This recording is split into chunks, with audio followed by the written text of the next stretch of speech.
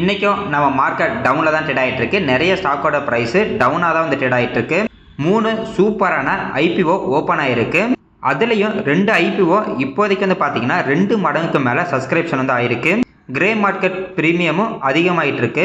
அதை பற்றி பார்ப்போம். பஜாஜ் ஹவுசிங் ஃபைனான்ஸ் ஸ்டாக்கு நேற்று மட்டும் கிட்டத்தட்ட 8% மேலே கிராஷ் ஆனது. ப்ரமோட்டர் அவங்களோட ஸ்டேக்கை குறைச்சிருக்காங்க. அதை பற்றியும் பார்ப்போம். மசகான் டெக் ஷிப் பில்டர் ஸ்டாக்கை பற்றியும் பார்க்க போகிறோம். நம்ம நிஃப்டி 50 காலையில் ஓப்பன் ஆகும்போது ஃப்ளாட்டாக தான் ஓப்பன் ஆனாங்க. அதுக்கப்புறம் வந்து பார்த்தீங்கன்னா ஃபுல் நெகட்டிவாக தான் வந்து ட்ரேட் ஆகிட்டு இருக்காங்க. இப்போதைக்கு 25,946 புள்ளிக்கு வந்து ட்ரேட் ஆகிட்டு இருக்காங்க. கிட்டத்தட்ட 85 புள்ளி நெகட்டிவ் வந்து ட்ரேட் ஆகிட்டு இருக்கு. லாஸ்ட் ஒரு 3 நாளாவே நம்ம நிஃப்டி 50 வந்து பார்த்தீங்கன்னா கீழே போயிட்டு இருக்கு. பேங்க் நிஃப்டி எல்லாமே வந்து பார்த்தீங்கன்னா இப்போதைக்கு நெகட்டிவாக தான் இருக்காங்க. எம்ஓ டிஃபென்ஸு கிட்டத்தட்ட 2% நெகட்டிவ். ஆனால் சில்வரோட ப்ரைஸ் வந்து பார்த்தீங்கன்னா மறுபடியும் அதோட ஹையை நோக்கி வந்துருச்சு. இப்போதைக்கு சில்வர் பீஸ் 169 ரூபாய்க்கு வந்து ட்ரேட் ஆகிட்டு இருக்கு. நேற்று நல்ல ஒரு பாசிட்டிவ் இருந்தாங்க. இன்றைக்கி வந்து பார்த்தீங்கன்னா கிட்டத்தட்ட 2.5% பாசிட்டிவ் வந்துட்டாங்க. Gold BeES 0.73% positive. Auto BeES 1% negative. Pharma BeES 0.5% negative. IT BeES 0.5% பாசிட்டிவ்ல இருக்காங்க. நிஃப்டி பீஸு கிட்டத்தட்ட 0.5% நெகட்டிவ். மிட் 150 பீஸ் வந்து பார்த்தீங்கன்னா 0.84% நெகட்டிவ். எப்படி பார்த்தாலும் இன்னைக்கு மிட் கேப் அண்ட் ஸ்மால் கேப்பில் இருக்கக்கூடிய ஸ்டாக்லாம் வந்து பார்த்தீங்கன்னா ரொம்ப டவுனாக தான் வந்துட்டு ஆகிட்டு இருக்கு. இன்னைக்கு 3 ஐபிஓ வந்து பார்த்தீங்கன்னா ஓப்பன் ஆகிருக்கு. அதில் 2 ஐபிஓ வந்து பார்த்தீங்கன்னா இப்போவே 2 மடங்குக்கு மேலே சப்ஸ்கிரிப்ஷன் வந்து ஆயிருக்கு. ஃபர்ஸ்ட்டு வித்யா ஒயர்ஸ் ஐபிஓ பற்றி பார்த்துடலாம். இந்த ஐபிஓ இன்னைக்கு தான் ஓப்பன் ஆகுது. டிசம்பர் 5ஆம் தேதி வந்து பார்த்தீங்கன்னா அதாவது வெள்ளிக்கிழமை வந்து ஐபிஓ வந்து க்ளோஸ் ஆகுது. ஃபர்ஸ்ட்டு இந்த கம்பெனியை பற்றி பார்த்துடலாம். இவங்க copper and aluminium wires manufacturing and சேல்ஸில் வந்து இருக்காங்க. அதுவும் இல்லாமல் பைண்டிங் அண்ட் கனெக்டிவிட்டி ப்ராடக்ட் வந்து பார்த்தீங்கன்னா நிறைய இண்டஸ்ட்ரீஸ்க்கு வந்து பண்ணிக்கிட்டு இருக்காங்க. இவங்களோட ப்ராடக்டை energy generation, electrical system, electric mobility, railways, clean energy இந்த செக்டாரில் எல்லாத்துலேயும் வந்து யூஸ் பண்ணிக்கிட்டு இருக்காங்க. நல்ல ஒரு க்ரோத்தில் இருக்கக்கூடிய கம்பெனி தான். இவங்க வந்து பார்த்தீங்கன்னா இதுக்கு முன்னாடி ஒரு வருஷத்துக்கு 19,680 மெட்ரிக் டன் ப்ராடக்ட் வந்து மேனுஃபேக்சர் வந்து பண்ணிட்டு இருக்காங்க. இப்போ அவங்களோட கெப்பாசிட்டி வந்து பார்த்தீங்கன்னா 37,680 மெட்ரிக் டன்னாக மாற்றிருக்காங்க. இவங்களோட மேனுஃபேக்சரிங் யூனிட்டு குஜராத் அண்ட் நர்சந்தாவில் வந்து இருக்குது. ஐபிஓவை பொறுத்த வரைக்கும் டிசம்பர் 3ஆம் தேதி ஓப்பன் ஆகுது. டிசம்பர் 5ஆம் தேதி க்ளோஸ் ஆகுது. இதோட ஃபேஸ் வேல்யூ வந்து பார்த்தீங்கன்னா ₹1 தான். ஐபிஓ ப்ரைஸாக வந்து பார்த்தீங்கன்னா ₹42 ₹52 வரைக்கும் ஃபிக்ஸ் பண்ணியிருக்காங்க. ஒரு லாட்டுக்கு 288 ஷேர் வந்து இருக்கும். பிஎஸ்சி அண்ட் என்எஸ்சி இது ரெண்டுலையுமே வந்து பார்த்தீங்கன்னா லிஸ்ட் ஆக போகுது. அடுத்தது இதோட டைம்லைன் வந்து பார்க்கலாம். ஐபிஓ ஓப்பன் ஆகிற டேட்டு டிசம்பர் 3ஆம் தேதி. இன்னைக்கு தான் ஐபிஓ க்ளோஸ் ஆகிற டேட்டு டிசம்பர் 5ஆம் தேதி வெள்ளிக்கிழமை வந்து க்ளோஸ் ஆகுது. திங்கக்கிழமை வந்து பார்த்தீங்கன்னா ஃபைனலைசேஷன் வந்து பண்ணிடுவாங்க. அதாவது டிசம்பர் 8ஆம் தேதி. யாரெல்லாம் அப்ளை பண்ணியிருக்காங்களோ அவங்களுக்கு கிடச்சிருக்கா கிடைக்கலையா அப்படிங்கிறது டிசம்பர் 8ஆம் தேதி வந்து கிடச்சிரும். அதே மாதிரி டிசம்பர் 9ஆம் தேதி வந்து பார்த்தீங்கன்னா யாருக்கெல்லாம் கிடைக்கலையோ அவங்க எல்லாத்துக்கும் அமௌண்ட் வந்து ரீஃபண்ட் வந்து பண்ண வந்து ஸ்டார்ட் பண்ணிடுவாங்க. டிசம்பர் 9ஆம் தேதியே யாருக்கெல்லாம் கிடைச்சிருக்கோ அவங்க எல்லாத்துக்கும் டிமெண்ட் அக்கௌண்ட் வந்து பார்த்தீங்கன்னா கிரெடிட் ஆயிரும் ஷேர் எல்லாமே. லிஸ்ட் ஆகிற டேட்டு டிசம்பர் 10ஆம் தேதி. 10ஆம் தேதி பார்த்தீங்கன்னா நார்மலாகவே பை அண்ட் செல் வந்து பண்ணிக்கலாம். அதே மாதிரி யாரெல்லாம் இப்போ வந்து அப்ளை பண்ணியிருக்காங்களோ அவங்களோட யூபிஐ மேண்டேட் கன்ஃபர்மேஷன் வந்து பார்த்தீங்கன்னா டிசம்பர் 5ஆம் தேதி அதாவது வர வெள்ளிக்கிழமை ஈவினிங் 5 மணிக்குள்ளே நம்ம வந்து கன்ஃபர்மேஷன் வந்து கொடுத்துருக்கணும். ரீட்டைல் பீப்புள் நம்மளாம் வந்து பார்த்தீங்கன்னா ஒரு லாட்டுக்கு 288 ஷேர் இருக்கும். நம்ம மினிமம் ஒரு லாட் அதாவது 288 ஷேர் வந்து அப்ளை பண்ணிக்கலாம். டோட்டல் அமௌண்ட் 14,976 வந்து தேவைப்படும். அதிகபட்சம் 13 லாட் வந்து பார்த்தீங்கன்னா அப்ளை பண்ணிக்கலாம். 3,744 ஷேர் வந்து கிடைக்கும். 13 லாட் நம்ம வந்து அப்ளை பண்ணோம்னா 1,94,688 ரூபாய் நம்மளுக்கு வந்து தேவைப்படும். அடுத்தது இப்போ ப்ரொமோட்டர் ஹோல்டிங் வந்து பார்த்தீங்கன்னா 99.91% வந்து இருக்குது. இந்த ஐபிஓ வந்ததுக்கப்புறம் வந்து பார்த்தீங்கன்னா 72.8% வந்து குறைஞ்சிரும். இதை நம்ம ஏன் பார்க்குறோன்னா பஜாஜ் ஹவுசிங் ஃபைனான்ஸு நேற்று கிராஷ் ஆனதுக்கு காரணம் அவங்க ப்ரொமோட்டர்கிட்ட வந்து பார்த்தீங்கன்னா அதிகப்படியான ஷேர் ஹோல்டிங் இருக்குது. கிட்டத்தட்ட 88% வச்சுருக்காங்க. அதை நம்ம இந்தியன் கவர்மெண்ட் அது செபி ரூல்ஸ் படி 75% குறைக்கணும். அதனால தான் நேற்று அவங்க விற்றுருக்காங்க. அதனால அந்த ஷேர் வந்து பார்த்தீங்கன்னா கிராஷ் ஆகிருக்கு. அதை பற்றியும் இப்போ வந்து லாஸ்ட் வந்து பார்ப்போம். ஸோ ப்ரொமோட்டர் ஹோல்டிங் வந்து பார்த்தீங்கன்னா இந்த வித்யா ஒயர்ஸுக்கு 72% தான் இருக்க போகுது. ஐபிஓ வருது அப்படிங்கிறதுக்காகலாம் ஒரு கம்பெனியில் நம்ம வந்து பார்த்தீங்கன்னா இன்வெஸ்ட்மெண்ட் வந்து பண்ணக்கூடாது. இவங்களோட க்ரோத் எப்படி இருக்குது அப்படின்னு வந்து பார்க்கலாம். மார்ச் 2023 இவங்களோட அசட் வந்து பார்த்தீங்கன்னா 209 கோடியும் இப்போ வந்து பார்த்தீங்கன்னா ஜூன் 2025 376 கோடி இருக்குது. இவங்களோட அசட்டை பொறுத்த வரைக்கும் இயர் அதிகமாகுது. அதே மாதிரி டோட்டல் இன்கம் வந்து பார்த்தா கூட மார்ச் 2023 1015 கோடியாகவும், இதே மார்ச் 2025 அதாவது லாஸ்ட்டு ஒரு வருஷத்தில் வந்து பார்த்தீங்கன்னா 1491 கோடி வந்து அதிகமாக இருக்குது. இதுவும் பாருங்கள் இயர் ஆன் இயர் வந்து பார்த்தீங்கன்னா அதிகமாகிட்டு இருக்கு. ப்ராஃபிட் ஆஃப்டர் டேக்ஸ் வந்து பார்த்தீங்கன்னா மார்ச் 2023 21 கோடி, அதுக்கப்புறம் 25 கோடி, மார்ச் 2025 40 கோடியாக வந்திருக்கு. எபிட்டாவும் வந்து பார்த்தீங்கன்னா அதிகமாகிட்டு இருக்கு. நெட்ஒர்த்தும் வந்து பார்த்தீங்கன்னா 100 கோடி, 125 கோடி, 166 கோடி, ஜூன் 2025 178 கோடி வந்து இருக்கு. அதே மாதிரி ரிசர்வ் வந்து பார்த்தீங்கன்னா 95 கோடியாக இருந்திருக்கு மார்ச் 2023. இப்போ ஜூன் 2025 162 கோடியாக இருக்குது. அதாவது இவங்க கிட்ட வந்து பார்த்தீங்கன்னா அமௌண்ட்டாகவே 162 கோடி வந்து வச்சுருக்காங்க. பாரோவிங் வந்து பார்த்தீங்கன்னா 162 கோடியாக இருக்குது. அதாவது இவங்களுக்கு கடன் அப்படிங்கிறது வந்து பார்த்தீங்கன்னா 162 கோடியாக தான் இருக்குது. கீ ரேஷியோ வச்சு பார்த்தோம்னா ROE வந்து 24% மேலே இருக்குது, ROCE 19% மேலே இருக்குது, டெப்ட் ஈக்விட்டி 0.88 இருக்காங்க. PAT மார்ஜின் வந்து பார்த்தீங்கன்னா 2.74% இருக்குது. இது மட்டும்தான் வந்து பார்த்தீங்கன்னா கொஞ்சம் வந்து நெகட்டிவாக இருக்குது. ஏன்னா அவங்களோட ப்ராஃபிட் மார்ஜின் அப்படிங்கிறது 3% கீழே இருக்குது. இது மட்டும் தாங்க கொஞ்சம் வந்து ப்ராப்ளமாக இருக்குது. எபிடா மார்ஜின் கூட 4.32 இருக்குது. இதுக்கு பதிலாக ஒரு 10% இந்த மாதிரிலாம் இருந்துச்சுன்னா ரொம்ப நல்லா இருக்கும். ஆனால் இப்போதைக்கு கம்மியாக இருக்குது. ப்ரைஸ் டு புக் வேல்யூ பார்க்கும்போது 6.62 கோடியில் இருக்காங்க. மார்க்கெட் கேபிடலைசேஷன் 1106 கோடிக்கு மேலே வந்து இருக்காங்க. EPS பொறுத்த வரைக்கும் ப்ரீ IPO வந்து பார்த்தீங்கன்னா 2.55 இருக்குது. போஸ்ட் IPOவும் 2.27 இருக்குது. இதே PE ரேஷியோ வந்து பார்த்தீங்கன்னா 20 தான் இருக்குது. போஸ்ட் IPOவுக்கு அப்புறமும் 22 தான் வந்து பார்த்தீங்கன்னா இருக்க போகுது. அதனால PE ரேஷியோவும் கம்மியாக தான் இருக்குது. இப்போதைக்கு இந்த IPOவுக்கு வந்து பார்த்தீங்கன்னா கிட்டத்தட்ட 2 மடங்கு பக்கத்தில் சப்ஸ்கிரிப்ஷன் வந்து ஆயிருக்கு. அதில் அதிகமாக வந்து பார்த்தீங்கன்னா ரீட்டைல் பீப்புள் தான் இப்போதைக்கு வந்து பண்ணிக்காங்க. 2.55 மடங்கு. குவாலிஃபைடு இன்ஸ்டிடியூஷனல் இன்வெஸ்டர்ஸ் வந்து பார்த்தீங்கன்னா அதாவது பையர்ஸ் வந்து பார்த்தீங்கன்னா 0.47. என்ஐ வந்து பார்த்தீங்கன்னா கிட்டத்தட்ட 2 மடங்குக்கு மேலே இப்போ வந்து சப்ஸ்கிரைப் வந்து பண்ணிகிட்டு இருக்காங்க. இன்றைக்கி தான் ஃபஸ்ட் நாள். இப்போ வந்து பார்த்தீங்கன்னா 2 மடங்குக்கு மேலே ஓவரால் சப்ஸ்கிரிப்ஷன் வந்து இருக்குது. இன்னமும் வந்து பார்த்தீங்கன்னா லாஸ்ட் நாள் அதாவது டிசம்பர் 5 பெரிய பெரிய இன்ஸ்டிடியூஷனல் இன்வெஸ்டர்லாம் வந்து பார்த்தீங்கன்னா அப்ளை பண்ணுறதுக்கு வந்து நிறைய வாய்ப்பு இருக்கும். எந்த ஒரு IPOவாக இருந்தாலுமே அந்த IPO முடிகிற லாஸ்ட் நாள் தான் வந்து பார்த்தீங்கன்னா பெரிய பெரிய இன்ஸ்டிடியூஷனல் இன்வெஸ்டர்லாம் வந்து இன்வெஸ்ட்மெண்ட் வந்து பண்ணுவாங்க. கிரே மார்க்கெட் ப்ரீமியத்தை பொறுத்த வரைக்கும் நவம்பர் 29 10 ரூபாயில் இருந்திருக்கு. இப்போ டிசம்பர் 3 அதாவது இன்றைக்கி வந்து பார்த்தீங்கன்னா 6 ரூபாயில் இருக்குது. இப்போதைக்கு ஒரு 10 to 11% தான் லிஸ்டிங் கெயின் இருக்கிற மாதிரி இருக்குது. இருந்தாலும் நம்ம வந்து பார்ப்போம். 3 IPOலையும் இந்த கம்பெனி வந்து பார்த்தீங்கன்னா ஓரளவுக்கு நல்ல லாபம் வந்து எடுத்துக்கிட்டு இருக்காங்க. இது கொஞ்சம் பெஸ்ட்டாகவே இருக்குது. அக்வஸ் லிமிட்டெடு இந்த கம்பெனியோட IPO இன்றைக்கி வந்து பார்த்தீங்கன்னா ஓப்பன் ஆகிருக்கு. இவங்க ஏரோஸ்பேஸில் இருக்கக்கூடிய கம்பெனி எல்லாத்துக்கும் தேவைப்படக்கூடிய எக்யூப்மெண்ட்டு மேனுஃபேக்சரிங் அண்ட் சேல்ஸ் வந்து பண்ணிக்கிட்டு இருக்காங்க. இவங்களோட ப்ராடக்ட் அப்படின்னா வந்து பார்த்தீங்கன்னா engine system, landing systems, cargo and interiors, assembly, structures and turning, இது எல்லாமே ஏரோஸ்பேஸ் கிளைண்ட்டுக்கெல்லாம் இவங்க வந்து பண்ணி கொடுத்துட்ருக்காங்க. இவங்க இப்போதைக்கு ஏரோஸ்பேஸுக்கு தேவையான ப்ராடக்ட் தான் மேனுஃபேக்சரிங் அண்ட் சேல்ஸ் வந்து பண்ணிகிட்டு இருக்காங்க. இப்போ வந்து பார்த்தீங்கன்னா consumer electronics, plastic, consumer durable ப்ராடக்ட்டும் மேனுஃபேக்சரிங் வந்து பண்ண ஸ்டார்ட் பண்ணிட்டாங்க. இவங்களோட IPO டீட்டெயில் வந்து பார்க்கலாம். IPO ஓப்பன் ஆகிறது டிசம்பர் 3 க்ளோஸ் ஆகிறது டிசம்பர் 5. இதுக்கு முன்னாடி இருந்த மாதிரியே தான் டைம்லைன் வந்து பார்த்தீங்கன்னா சேமாக தான் இருக்கும். மேக்ஸிமம் ஃபேஸ் வேல்யூ 10 ரூபாய்க்கு வராங்க. இஷ்யூ ப்ரைஸ் வந்து பார்த்தீங்கன்னா 118 ரூபாயிலேருந்து 124 ரூபாய் வரைக்கும் இருக்குது. லாட் சைஸு 120 ஷேர் வந்து இருக்க போகுது ஒரு லாட்டுக்கு.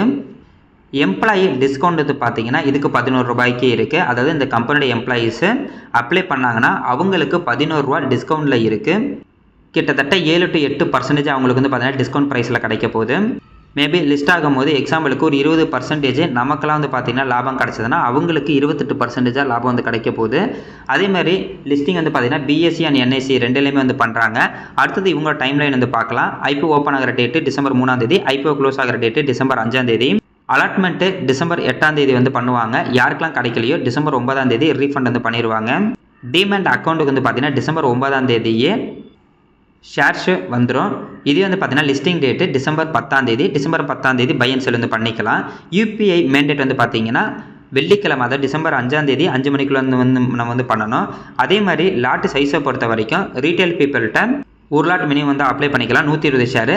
மேக்ஸிமம் வந்து பார்த்தீங்கன்னா 13 லாட் வந்து அப்ளை பண்ணிக்கலாம். 1560 ஷேர் வந்து இருக்கும். மினிமம் 14,880 ரூபாவும், அதிகபட்சம் 1,93,440 ரூபாய் நம்மளுக்கு வந்து தேவைப்படும். இவங்களோட ப்ரொமோட்டர் ஹோல்டிங் வந்து பார்த்தீங்கன்னா இஷ்யூக்கு முன்னாடி 64.48% வந்து இருந்திருக்கு. இப்போ வந்து பார்த்தீங்கன்னா அதாவது போஸ்ட் ஐபிஓக்கு அப்புறம் 56.25% வந்து மாறும். இவங்களோட ஃபினான்ஷியல் ஸ்டேட்மெண்ட் எப்போ இருக்குன்னு பார்க்கலாம். அசட்டை பொறுத்த வரைக்கும் மார்ச் 2023 1321 கோடியாகவும், இப்போ செப்டம்பர் 2025 பார்த்தீங்கன்னா 2134 கோடியாகவே இருக்குது. டோட்டல் இன்கம்மை பொறுத்த வரைக்கும் 840 கோடி மார்ச் 2023 இருந்திருக்காங்க. அதுக்கப்புறம் 988 கோடியாக இருந்திருக்காங்க.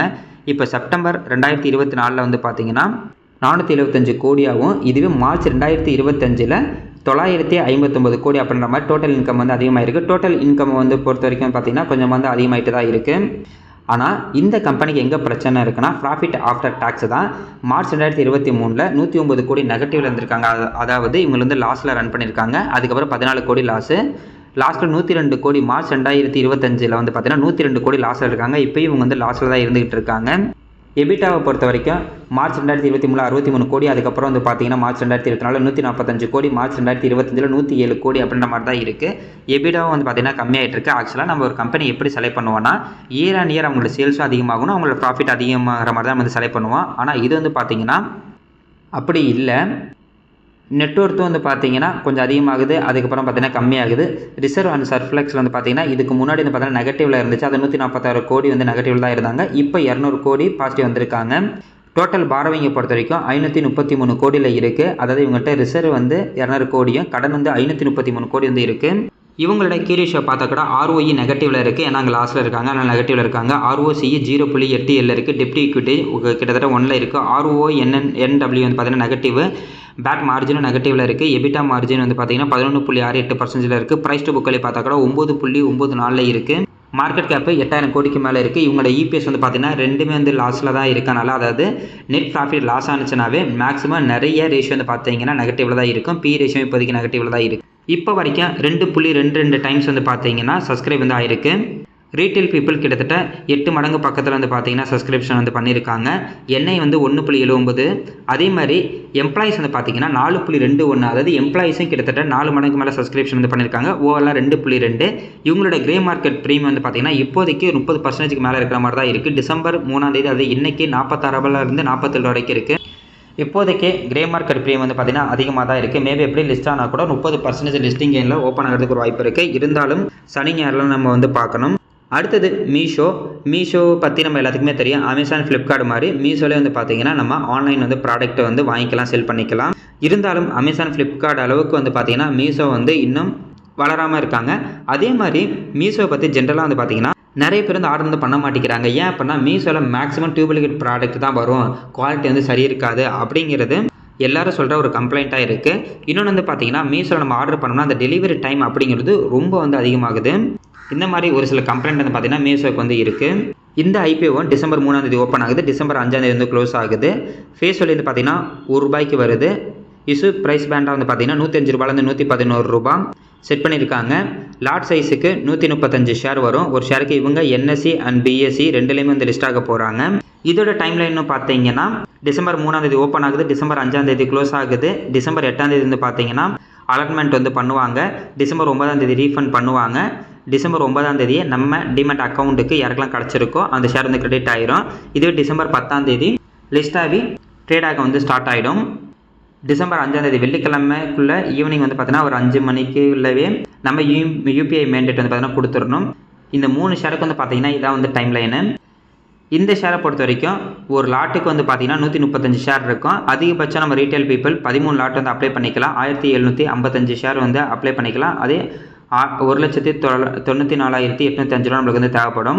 ஷேர் ஹோல்டிங் பேட்டர்னை பொறுத்த வரைக்கும் ப்ரொமோட்டர்ட் வந்து பார்த்தீங்கன்னா 18.51% இருக்குது. இதுவே IPO வந்ததுக்கப்புறம் 14.6% வந்து குறைஞ்சிரும்.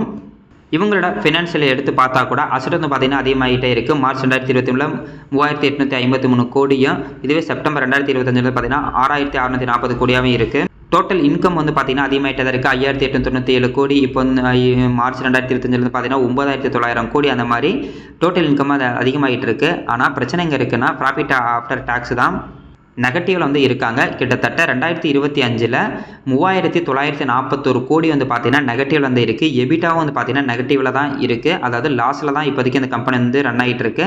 நெட் ஒர்த் வந்து பார்த்தீங்கன்னா 2,548 கோடி மார்ச் 2023 இருக்குது. இதுவே மார்ச் 2025 1,561 கோடி வந்து இருக்குது. நெட்ஒர்த்தும் கொஞ்சம் கம்மியாகிட்டு இருக்குது. ஆனால் இவங்களுக்கு வந்து பார்த்தீங்கன்னா கடன் அப்படிங்கிறது வந்து 0ல் இருக்குது. லாஸில் ரன் ஆகிட்டு இருக்கக்கூடிய ஒரு கம்பெனி.